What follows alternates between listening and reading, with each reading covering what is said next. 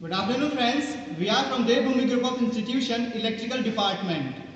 Currently, my name is Prashant Sharma. Currently, we are dealing with one of the most important electrical invention developed by Tesla, Nikola Tesla. That is Tesla coil. You can see here. Generally, it was intended to be used for wireless electrical energy transfer throughout the world. So now can we go through the construction details of the Tesla coil.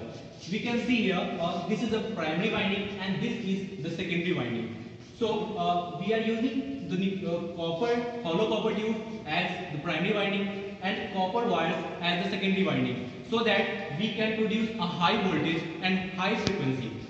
Now we are using the capacitor bank over here because so that we can get a resonance frequency from here.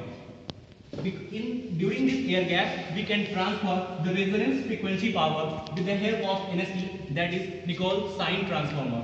Sine transformer is of a very high rating voltage frequency, and afterwards we can see the spark in the toroid.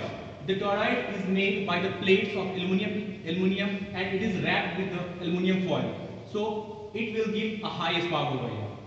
The power of whole Tesla coil lies in a process named electromagnetic induction. That is, a changing magnetic field produces an electric potential that compels the current to flow throughout. And the very most wider application of Tesla coil in today's life is that it is used in the wireless mobile chargers as well. Nikola Tesla in 1791 not only invented a simple machine but a brilliant design to enhance the beauty of electricity.